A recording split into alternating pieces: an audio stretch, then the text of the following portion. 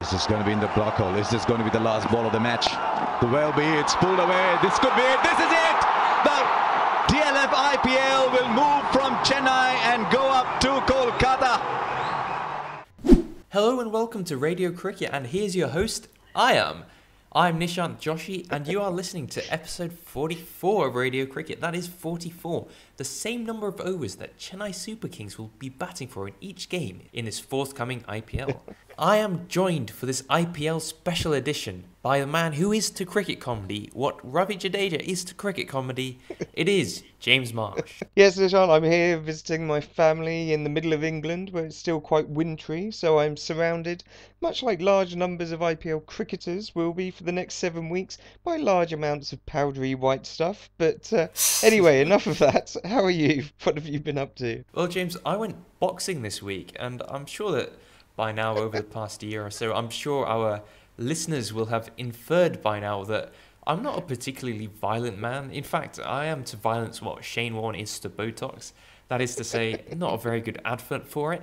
But I had a good time. Punching other people for fun does have its own charm, especially when you imagine that their face is actually Ravi Shastri's. But by the same token, James, I just don't think brown men are meant to be fighters. We're just not born with that sort of physicality. If you look at the Indian team, you can never really imagine Sourav Ganguly going 9 rounds with Darren Lehmann, for example. So, yeah, I think boxing, it'll probably be a part-time activity for me.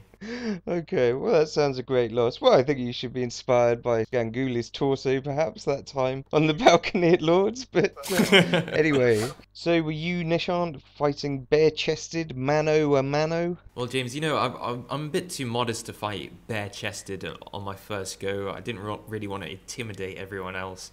It wasn't really so mano a mano as mano a punching bago. And I have to say, I did hurt someone. That someone might have been me when I smashed my fist into that punching bag and squealed like a little girl. But yeah, I came out of it pretty okay. Bit battered, bit bruised, mainly my ego. But yeah, I'd definitely go again. Cricket is love, and love is cricket. I don't think anybody would dispute that, Nishant. But if Test cricket be the long seduction of a fragrant princess, the IPL is very much an overpriced threesome with 2 lap dancers in the back room of a strip club. But who's to say that is such a bad thing? There's surely a place for both such romances in this vast cricketing and erotic world. And the annual Indian Extravaganza gets underway this Wednesday. And Nishant, I must admit, I've already got palpitations about the opening ceremony lineup. How are they going to top last year's, where you got to see Doug Bollinger vertically spooning Katy Perry? Perhaps Piyush Chawla might bump and grind with Taylor Swift. Anyway, on to more serious matters, and we'll start with the franchise which has been in the news for off-the-field reasons this week, which is Chennai Super Kings, but we'll come to that a bit later. Nishant, what are your thoughts of Chennai's chances on the pitch this year? I don't know, James. It's kind of hard to get the image of Piyush Chawla dancing with Taylor Swift out of my mind now. All that's left is for Steve Smith to start dancing with the One Direction, and then I will die very happy man. But yeah, Chennai, they're always perennially there or thereabouts, and obviously they do have somewhat of a home advantage this time as well, with the Sri Lankan players being banned from the state of Tamil Nadu. So players such as Malinga, Jayawardena and Sangakkara won't actually be playing in Chennai during this tournament. And for the Chennai Super Kings, it means that they've only lost out on a couple of players who probably wouldn't have got a game anyway in Kulasekara and Dhananjaya. And overall, you have to say that last year's runners-up, Chennai, are very strongly placed again. Of course, the talisman is MS Dhoni. He's been there since the start, and he is an icon player, and he has performed in every single tournament for Chennai. And you have to say that he is the Iceman. He is the match winner for Chennai. He kind of adds that X factor, which a lot of other teams have been looking for with the big hitters down the order. You've got the likes of Mumbai who look at players like Maxwell and Pollard, but at the end of the day, they just don't have the sort of T20 nous that someone like Dhoni has. So obviously, of course, he's a key man. In terms of new signings this year, at the auction, Chennai did spend a fair bit, and and did raise a few eyebrows as well, picking up South African Chris Morris for a cool $625,000. He's only 25 years old, and his performances in the South African domestic tournament have been pretty lukewarm. He's put in a few good shifts from time to time, but to be honest, I think it's $625,000 down the drain, because I don't think he does have that sort of pedigree, that X factor that other teams have got. And I do think that he can actually be a liability with the ball as well, and his relative lack of experience probably won't serve Chennai too well. I think Morris is on a hiding to nothing, of course. In the South African T20 tournament, he took 12 wickets at 22.66 with an economy rate of 7.55, which isn't too shoddy. He does hit the deck quite hard. He's quite a feisty character as well, but if he's turning up as an all-rounder, he only scored 42 runs in total in that South African tournament at an average of 10.5 with a strike rate of 105. So perhaps he's not quite going to be the $1 million man, let alone the $625,000 man. But there was some good news this week for Chennai Super Kings, Nishant, because Brian Lara actually contacted Suresh Raina on Twitter, and not actually directly related to the IPL, but he wished him luck. He told him that, "I want to see you playing more Test cricket, and I know you have what it takes to make it big in that arena." So that probably would have been a lovely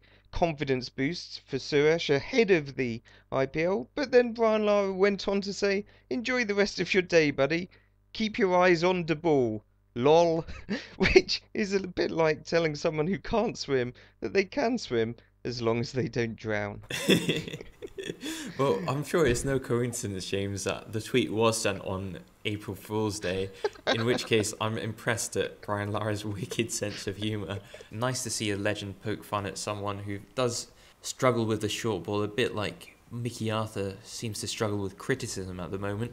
But yeah, moving on to Chennai's prospects for this tournament. They are obviously going to be looking to capture their third title.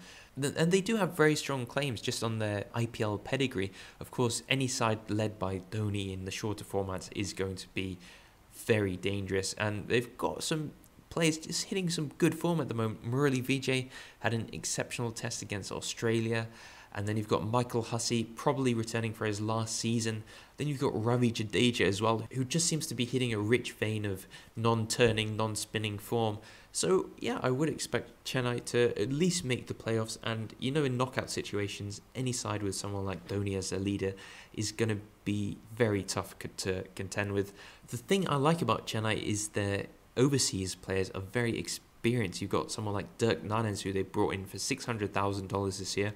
Albie Morkel, he's been a bit of a liability with the ball in previous years, but he has won the matches with the bat as well.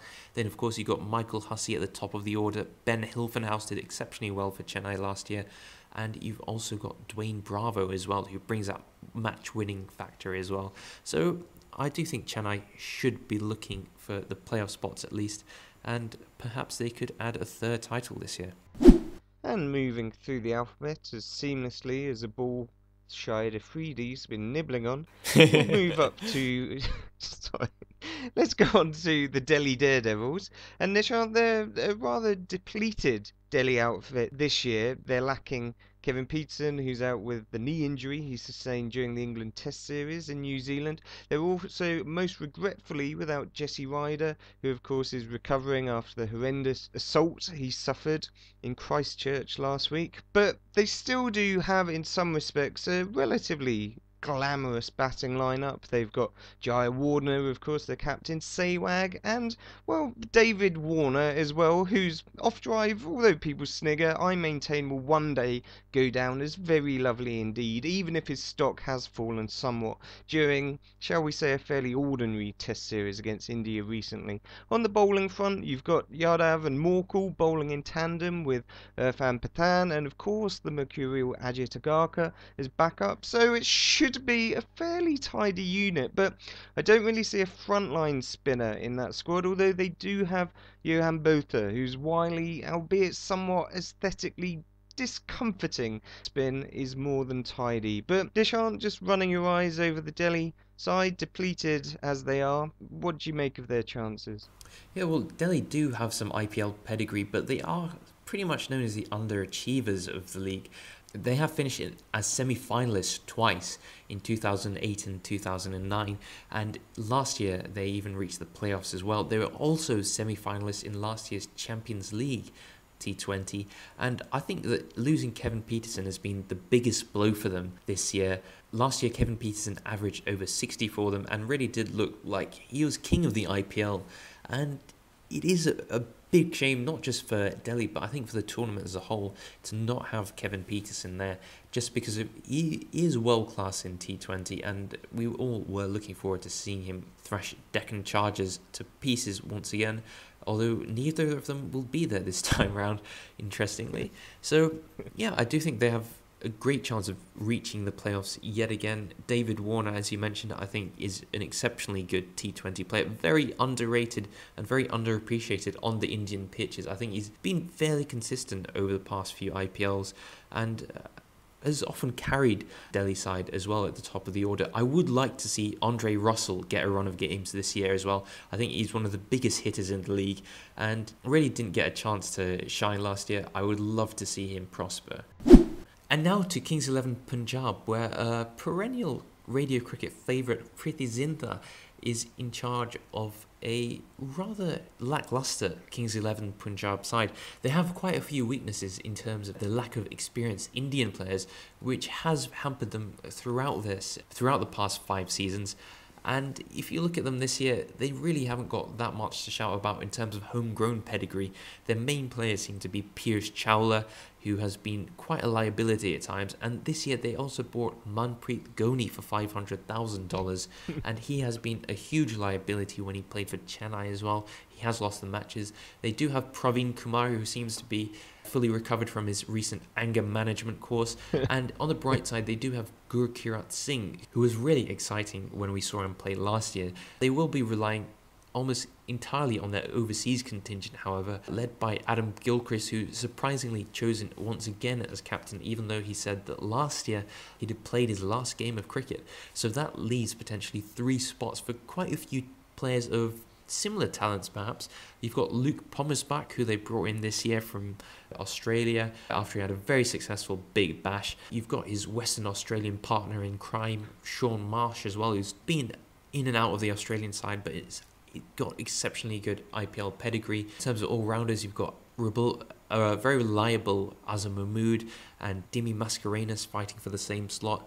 In the middle order, you've also got David Miller, brilliant 6-hitter for South Africa, and David Hussey, you've got his experience to count on as well. So, yeah, I think the Punjab are going to struggle once again this year, to be honest, James.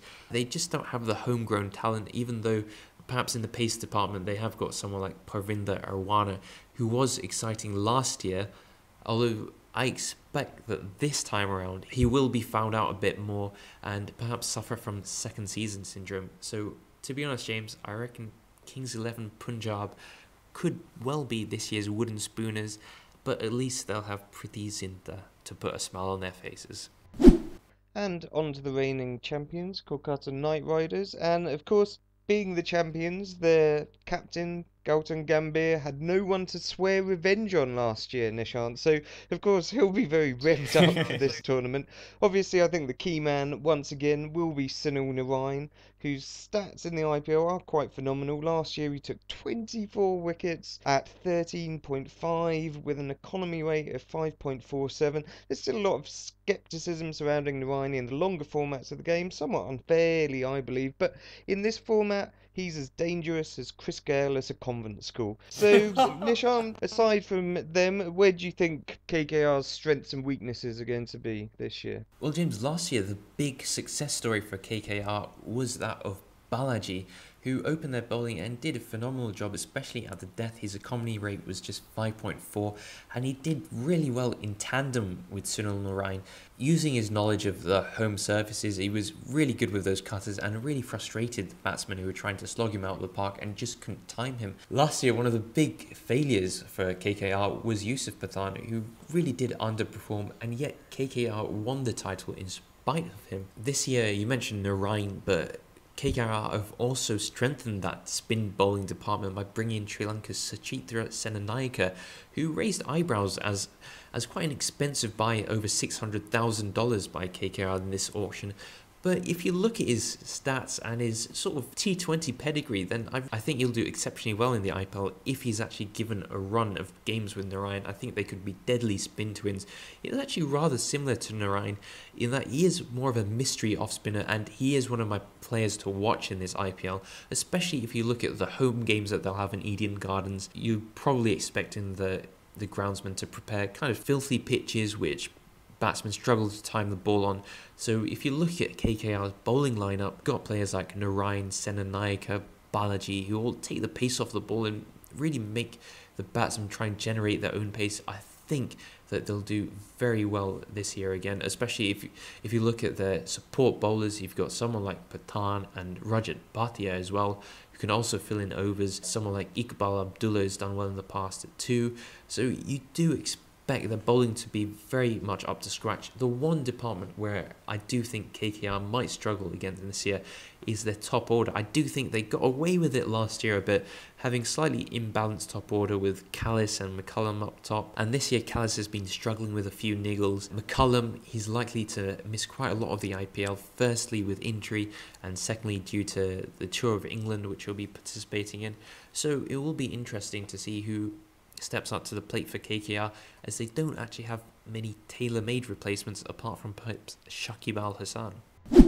And now to the team that always turn up to the IPL wedding as the beautiful moneyed bride and go home alone as the ugly bridesmaid. I'm talking, of course, about the Mumbai Indians, who've got just one runners-up spot to show for the previous 5 years of the IPL. Of course, this year they will be joined by Ricky Ponting, who comes off the back of an absolutely tremendous domestic season, which I suppose is very good news for fans, but rather bad news for Indian TV sets if he doesn't do so well. But Nishan, it's a star-studded lineup. Do you think this could be the year that Mumbai Indians break their IPL duck? Well, James, Mumbai have come under a fair bit of scrutiny for their IPL auction purchases. Of course, they picked up Ricky Ponting, who at 38 years old is getting on a fair bit, and he will be opening the batting. Not only captaining Mumbai, but also opening the batting with Sachin Tendulkar. And the question you have to ask, James, is do you think a T20 side can actually win a tournament with a 38-year-old and a 39-year-old opening the batting? I think it kind of flies in the face of everything that we've learned about T20 over the past 10 or so years. And I don't think that having two players who, in this state, they're actually fairly one pace. I don't think that having those two particular players up top will do Mumbai much good. They have really struggled to settle on an opening combination. And obviously you can't really imagine either Ponting or Tendulkar dropping down the order at any time during this tournament. So you'd expect them to get a full run no matter how well or badly they are doing. So yeah, I think they've pretty much lost it on paper before the tournament has even started. And you look at the other purchases as well. Nathan Coulter-Naya, they picked up for $450,000. I think he's quite a shrewd purchase. He's one of those hard-hitting all-rounders who seems to be very much in vogue right now in the IPL. And he does bowl a heavy ball, and I do think he could be quite effective.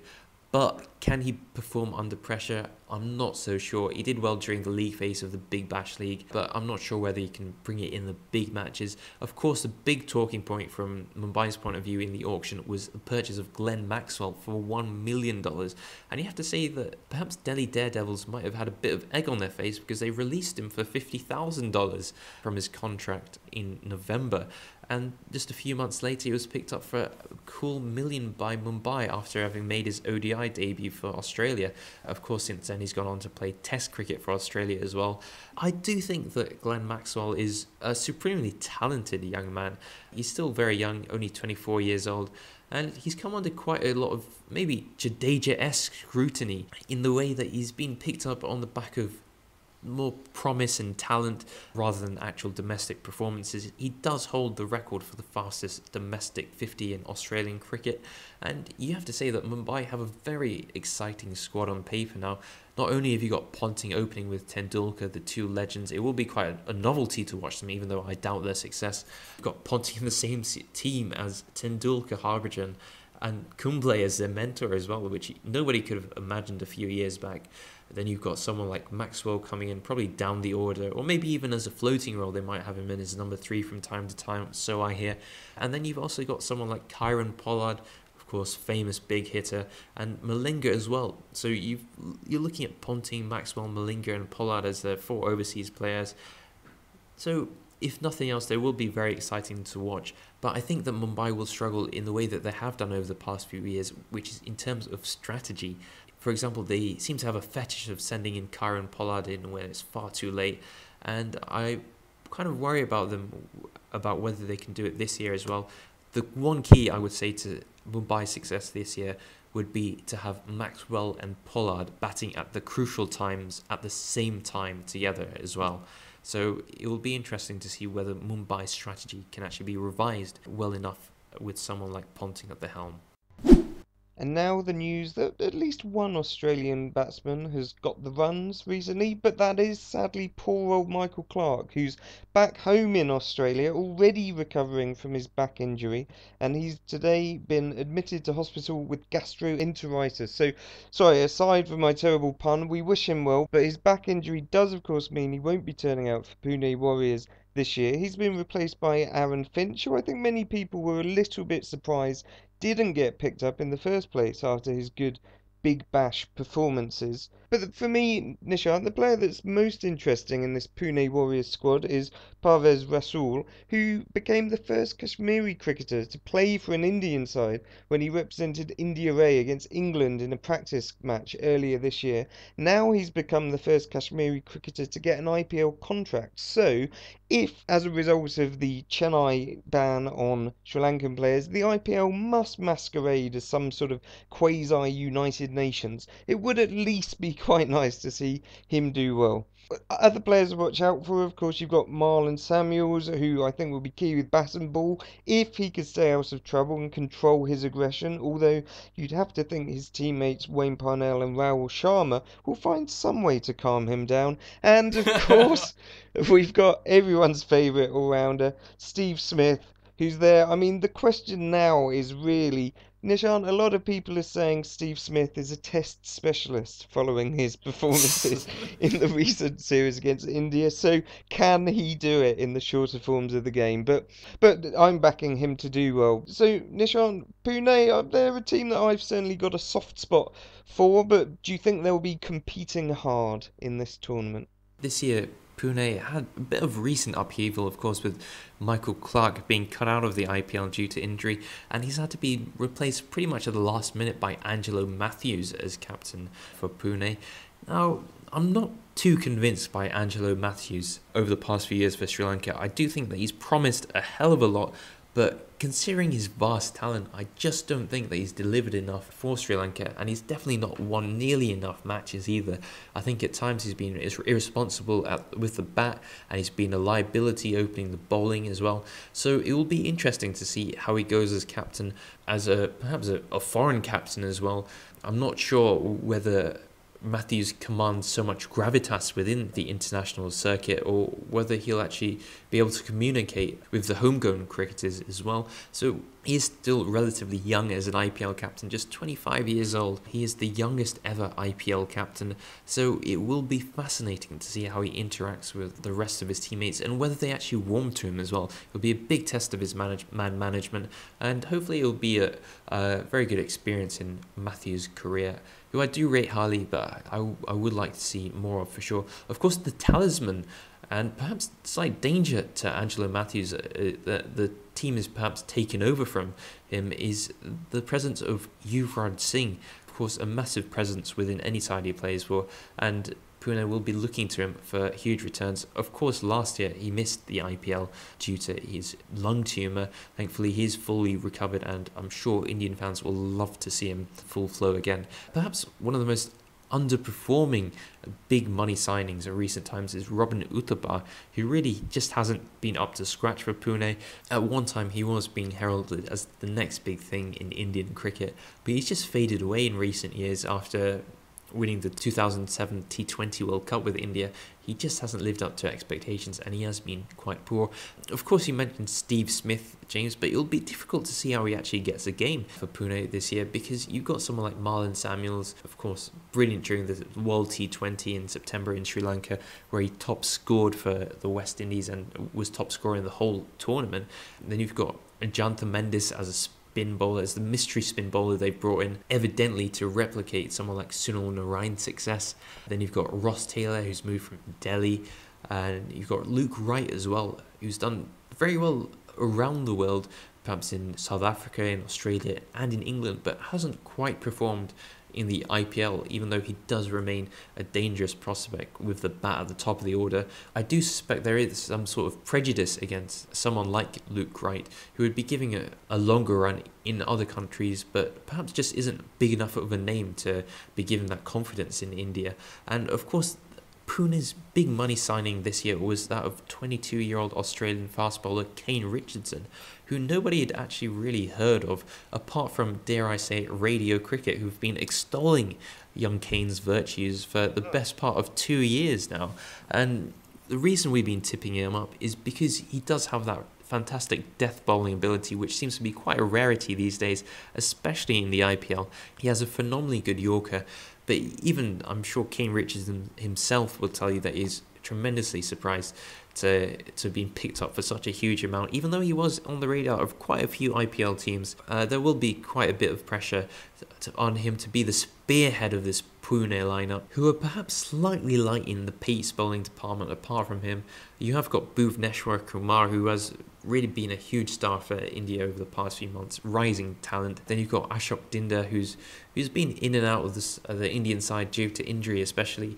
So Pune do have a very young bowling lineup, and you do expect that the lack of experience could come back to hurt them at some point. Indeed, Nishant, but just one other point on Kane Richardson. He's an absolutely fantastic outfielder. His hands are made of a substance which you probably would call anti-Akmal, and I think if anyone wants a treat, they should search on YouTube for Kane Richardson catch, and they'll see the sort of thing that I'm talking about. And now to a team unfancied by the bookies. They're 14-1 to win the whole thing, but I think Rajasthan might be a fairly half-decent bet to perhaps at least make the semis. They've got more wise old heads than Mount Rushmore, Nishant. They've got people like Watson, Hogg, Hodge, Owe Shah and Sean Tate, who actually had an economy rate of 6.61 in last year's tournament, which is pretty good. They've also, from the batting side of things, they've got Kusal Perera, who's one of the lesser Pereiras in the Sri Lankan national team,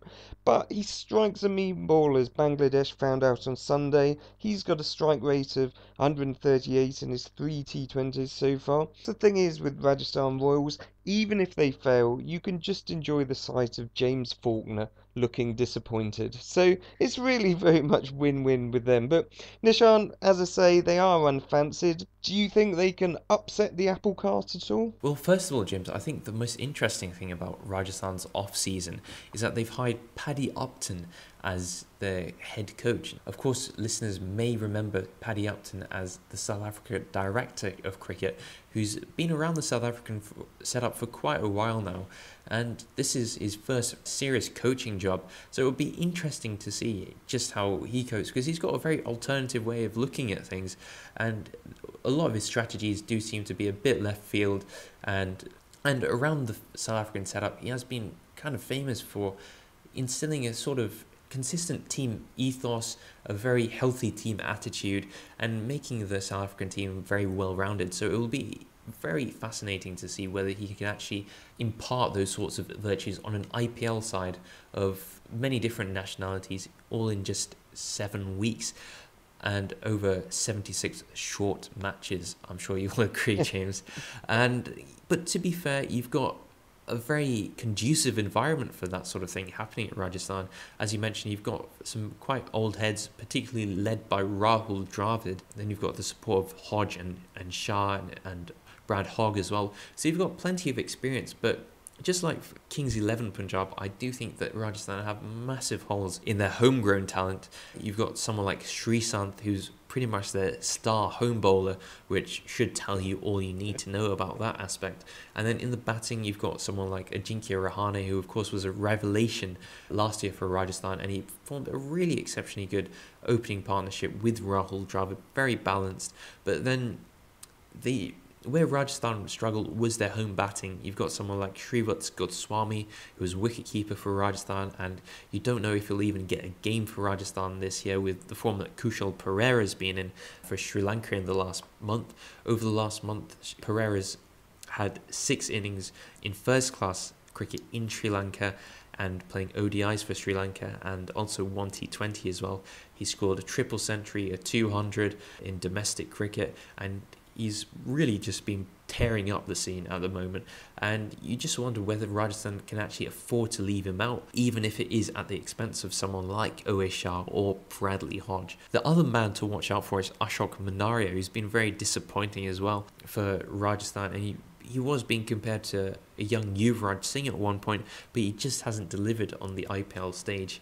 And of course, a lot of headlines have been stolen in the past few weeks by a young man by the name of Sachin. That is to say, Sachin Baby. He is a 24-year-old left-hand batsman who's been doing quite well for Kerala in the past few months. He has been picked up by Rajasthan for this tournament, so there has been a lot of hype surrounding him, of course, by his name. I don't like to judge a book by his cover, especially when you consider the bare facts of it, and I have an inside line on this. Actually changed his name from Dilip Patel. So yeah, perhaps he's just done that for the headlines, James. But in the IPL, I suppose anything flies. But Rajasthan's star player is, of course, Shane Watson, who has magically recovered from his numerous myriad of injuries to regain his ability to bowl exclusively just for this IPL, though. And that makes him a very dangerous prospect. I am tipping him up to be top run scorer in this tournament. The only downside to this sort of arrangement is that I think that Rajasthan could struggle to fit in Watson, Rahane, Dravid and Kushal Pereira in their top 4. Ideally, you'd want them all to open, and it could be a case of too many cooks spoil the broth. When a man steals your wife, there is no better revenge than to let him keep her. Not my words, Nishant. The words of Royal Challengers Bangalore's Chris Gale on Twitter this week. And of course, it is the mighty West Indian opener who, of course, will be attracting most of the attention at this year's IPL. As usual, if we just have a quick look at his career stats in the tournament, he's hit a whopping 129 sixes, he's got a strike rate of 161.8, and he's scored 1,804 runs in the previous 5 tournaments. But of course, shrinking violet that he is, Chris Gale, he won't want all the attention to be on him either. You've also got your lookalike Virat Kohli, also Moses Enriques, who made quite a promising start to his career in India during the Test series, so it'll be interesting to see how well he fills the all-rounders berth. Royal Challengers are going to be one of the sides which are quite badly hit by this ban on Sri Lankan players when they turn up in Chennai. Obviously they've got Muralitharan playing for them as well as Dilshan, so obviously that will deplete them. They were finalists in 2009 and 2011. So, Nishant, their wicketkeeper AB de Villiers this week tied the knot. So, do you think this could be the year that Royal Challengers Bangalore are wedded to IPL success? Well, I do think that Bangalore pretty much have the same problem that they've had in especially the last year, where they really struggled to really kill off teams. They relied really very heavily on Chris Gale, and I always think it's a bad omen for a side to have just one star in their lineup like Chris Gale and the rest pretty much just fall by the wayside at times.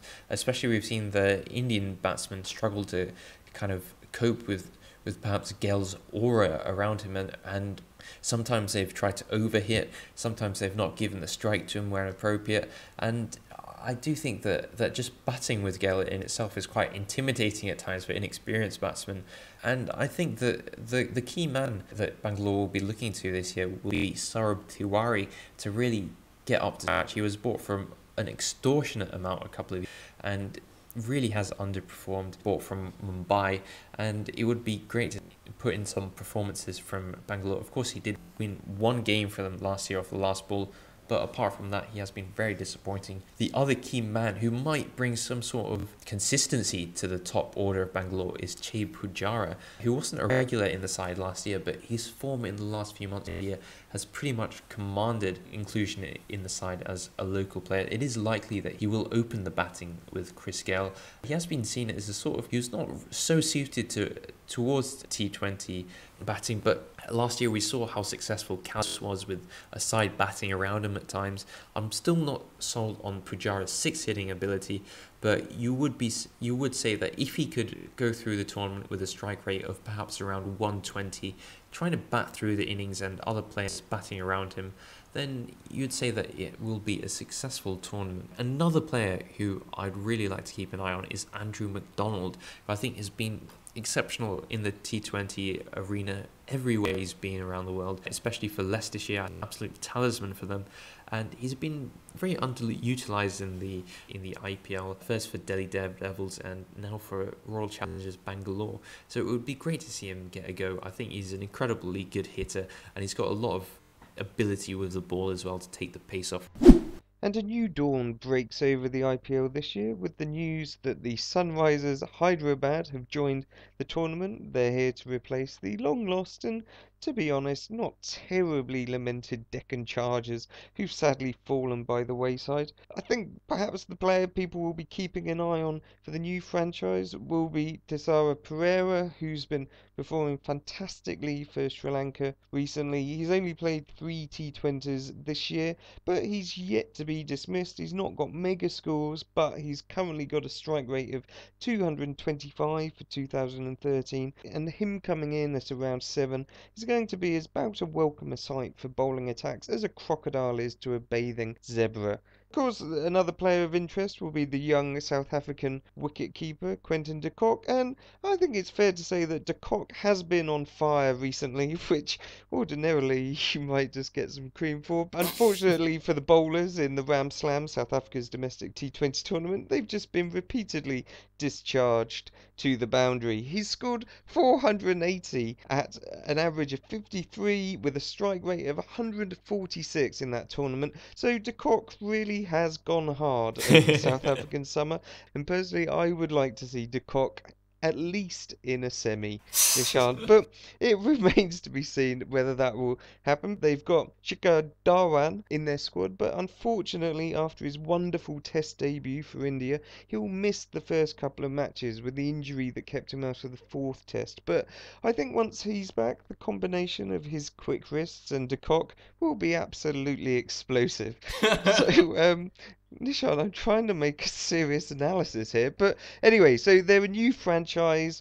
Traditionally, new franchises coming into the tournament haven't done that well in their first season. Do you think that the Sunrisers can buck the trend? Well, James, first of all, it is great to see that de Kock is a riser, and I mean, it was quite the really interesting thing for me is kind of curious is that, of course, Tom Moody, the Sunrisers coach, follows us on Twitter, and a few months before the IPL auction, I postured about the possibility of one day Quinton de Kock playing with Dale Steyn, and I'm pretty sure that Tom Moody read that tweet and said, you know what?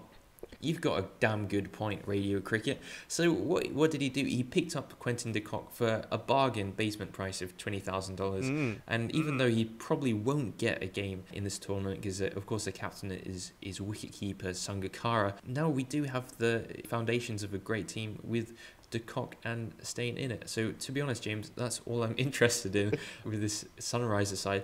It is kind of beautiful in a way because to an extent this is a Radio Cricket dream team that the Sunrisers have assembled with someone like Sangakkara, who we've of course been huge fans of for a very long time. I'm still not aware what sort of product he uses in his hair to make it so lustrous and perennially moist as if he's just escaped an afternoon bathe in the ocean. But I'd like to have some of whatever he's using. Is it coconut oil? Is it hibiscus conditioner?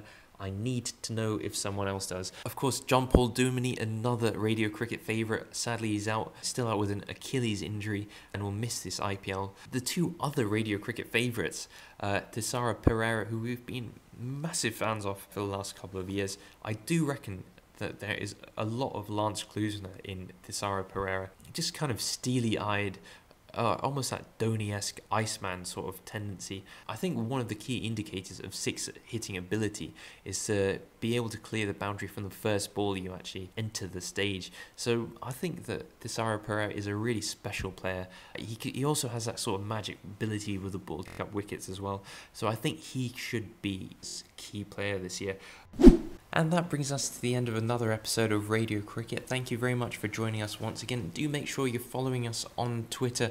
I'll be on @AltCricket. James will be on @PavilionOpinion. And we will both be live tweeting every single IPL game. That's 76 matches over the next 54 days. And I bet you can't wait for it, James. Well, yes. Well, speak for yourself on following all matches, Nishant. But anyway, that's the end of our preview. Just before we go, though, I think we'd both like to say how much we wish Jesse Ryder a continued recovery and all the best after the appalling assault on him in Christchurch last week. There's been quite a lot of, I think, fairly prurient stuff flying about, suggesting in some way Ryder has brought this on himself because he was in a bar environment after his own previous drinking indiscretions. I think here, probably, Nishant, we'd probably rather focus on his square drive and the way that he's had a wonderful season for the Firebirds and really dragged himself back into contention for New Zealand from the fairly sort of dark mental place which he'd found himself in. So on behalf of Radio Cricket, Jesse, we wish you all the very best and we look forward to seeing you back on the cricket field as soon as possible. So that's it from us. I've been James Marsh. I've been Nishant Joshi. Goodbye. I think it was a very poor performance, one of the worst things I have ever seen done on a cricket field. Good night.